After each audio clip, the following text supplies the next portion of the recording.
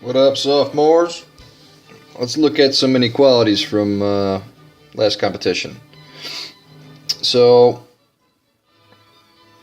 inequalities, you're basically going to solve them just like equations. Only with equations you're going to get, generally going to get one solution, right? Now with inequalities you're going to get a whole lot of solutions. I mean, it's like this one here. They're saying that x, in other words, our solutions are all the numbers that are less than or equal to 10. Okay, so some numbers that are less than 10 or equal to 10 are 10, 9, 8, 7, 6, 5, and it keeps on going down. Actually, to keep going all the way to negative infinity. All that means is you can take any number that's less than 10 or equal to 10, plug it in here, and you get a true statement. Like let's try 10. 3 times 10 is 30. 30 plus 13 is 43. Is 43 less than or equal to 43? Yes. And then every number that's smaller than 10, of course, would work for that as well. So that's all we're really doing. We're trying to find all the possible solutions for this inequality. And when you're solving these, it's just like solving an equation. Basically, you're going to isolate x, get it all by itself. The only thing that changes is, well, when you get this absolute value sign, of course, but that sign is going to switch. So this is a less than sign. It would become a greater than sign, greater than or equal to in this case, if we ever divided or multiplied by a negative number. And maybe we'll see that. So let's take a look here. Okay, yeah, so all we're doing here is subtracting 13 from both sides, dividing both sides by a positive 3. Since that 3 was a positive, this less than or equal to stays the same. Now if this was a negative 3, then yes, this would change to a greater than or equal to. If I wanted to graph this, you're probably not going to have to graph it on the exam, but just so we're aware, I always throw a 0 in there, and then I'll throw in the number I got, so 10. Now it's either open or closed on the 10. We know that just by looking at our absolute value sign. If it's or equal to, meaning it could be 10, we would do a closed circle. A closed circle on the 10. If this was just a less than, then we would do an open circle on the 10, so it looks something like this. Okay?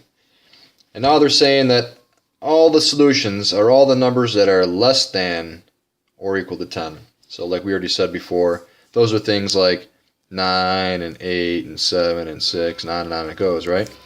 But instead of sitting here and putting an infinite amount of dots in there, we just shade it in. Okay, you can shade it like this or however you want to do it. And shade in the arrow too, so you know it keeps on going on forever. Okay, so these are compound inequalities. It's either going to say and or in between. Basically it's two inequalities kind of smushed together. And you just basically solve them the same way. You get x all by itself. So this one here, we subtract 7 from both sides. We get x is less than 5. And we're trying to get x by itself here. So we got this 5 out front. We'll subtract 5 from this side and 5 from this side. And then notice we got a negative 2 times x here. Well, how do we undo that multiplication? We divide. So essentially what we're doing here is dividing by a negative 2, dividing by a negative 2. Now remember, the only time you're ever going to flip the sign, right, see how it's going to the left there? This is less than, becomes a greater than because the number we're dividing by is negative. Remember, if we divide or multiply by a negative number when we're solving these, that's when you flip the sign. So now we're getting x is greater than or equal to negative 8. So what a lot of people are going to do, and they're going to make a mistake, they're going to say, well, okay, well this is 5 and this is negative 8. Because they see 5 and then they see a negative 8. But which one of these is smaller, a 5 or a negative 8? So obviously these should be flipped around. So that's the first thing I ask myself. Which is smaller? Which is more negative? 5 or negative 8? Okay, well it's negative 8 obviously goes here. 5 goes here. And then I go ask myself, okay, open or closed? So I look at this 8 here, open or closed? Well, open or closed. It's going to be closed because it could be a negative 8. So that's when I go in and put this in like this. And 5 is going to be an open circle. And then I just read it until, it'll tell me which direction to shade here. So x, all the values that are less than 5. So some values that are less than 5 would be 4, 3, 2, 1, 0, all those, right? Now I could keep going all the way over here, but I'm going to see if there's any restrictions with that -8. Meaning it might not let me keep going in the, past -8. And then, sure enough, it says x has to be bigger than or greater than or equal to -8. Okay, so that is all the numbers over here that are greater than -8. So you see how they all get kind of smushed in between here? Okay, so our solutions are going to be between -8 and 5. Now you notice you could have written their answer like this: x is less than 5 and x is greater than -8. So that shouldn't be a problem, but you got to read these directions carefully. It says write all compound inequalities as a single statement, such as this. Okay, so if I'm getting a compound inequality with an and, generally speaking, you're going to get all the numbers that are kind of smushed in between those two. So that's when you write this like this. Okay. Now when I'm looking at this, this says -8 is less than or equal to x, which is less than 5. But the way I kind of look at it, remember you can read inequalities both ways. Meaning I can read it like this: x has to be greater than or equal to -8, and x has to be less than 5. So what I would do is I would graph it, and if you're getting all the numbers that are smushed between, all the values are smushed between those two numbers, you can make it look like this, okay, and just have the arrows pointing to the left. Okay, so now we have absolute value inequalities. So these are pretty easy too. Essentially, all you want to do is get the absolute value all by itself on the left side, okay? So let's pretend we had a different problem. What is this? 2x minus 5? What if we had, let's see here, 2x minus 5. So this is exactly what the old problem was, but now let's imagine it was something like this. 4 plus 3, okay? What we need to do in this particular case is get this all by itself, okay? In other words, this has got to go and this has got to go. So before we even start to do our solving this thing, we got to get the 4 out of there, so we'd subtract 4 from both sides.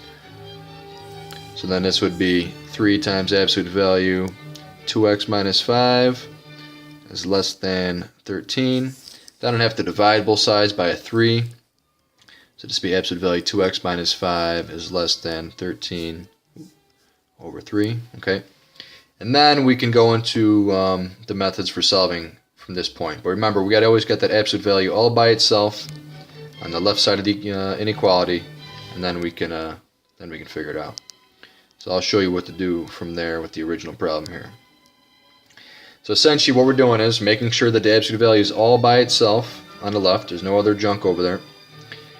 And then for this, we're basically going to break it up into 2 separate problems. Okay. The first one, all you're really doing is dropping the absolute value sign. Notice that these are identical, only this one doesn't have an absolute value sign. And then for the other problem, it's the same exact thing, only now you notice the less than switched to a greater than, and the negative 17, or the 17 rather, switched to a negative 17. So the steps are, get the absolute value all by itself, break it up into 2 separate problems, and then for the second problem, you switch the sign, and you take the opposite of whatever's over there. Now let's imagine if on the left side of the equation, it wasn't just a 17, let's say it was a 17 minus x. Well, then I would have to take the opposite of 17 minus x. Okay, so essentially just because this was a single term here, I just took the opposite of it. But if there was multiple terms on the right side, I'd have to take the opposite of 17 and the opposite of negative x. Okay, so you'd have to distribute that -1 there. All right, and then you go through and solve these. So we'll solve that in a second. But a little trick, because this is going to be a compound inequality, we got to figure out if it's going to be an and or an or. So a little trick that I heard was, if this is a less than sign, we can think about it like this: less than. Notice the than. I'm a math guy, not an English guy. Let's do that again. Less than or, okay. So this is going to be an and problem, okay. Or if it was the other way around, and this was not a less than, but a greater than sign. Let's pretend it was a greater than sign for a second. Then it would be great or. Okay. So if this was a greater than sign right here, then this would be an or problem. Okay. So just a little handy trick. Okay, so this is an and problem. Right, we know that. So basically solve for x, and we'll see what we get. So let's add 5 to both sides over here. So we get 2x is less than 22. Divide both sides by 2. X is less than 11. Now we go to the right side. 2x is greater than, so negative 17 plus this 5 over here, trying to get rid of that -5, would be a -12. Divide both sides by a +2. So then we get x is greater than a -6. Okay. So let's think about this. So I'm a visual person, so I'm always gonna graph these, kind of see what I'm dealing with. So I got a -6 and an 11, because -6 is smaller than 11. It's going to be open on the 11 and open on the -6. This says all the values that are less than 11. Okay, so what are the values that are less than 11? Well, that would be like 10, 9, 8, 7, 6. Okay, is all those right there? I'm going to stop there to see if there's any other restrictions here. This says and it's got to be greater than -6. Okay, so what are some values that are greater than -6? Well, -5, -4, -3. So for this particular problem, they're all the numbers that are smushed in between -6 and 11. So I could write it like x is less than 11 and x is greater than -6.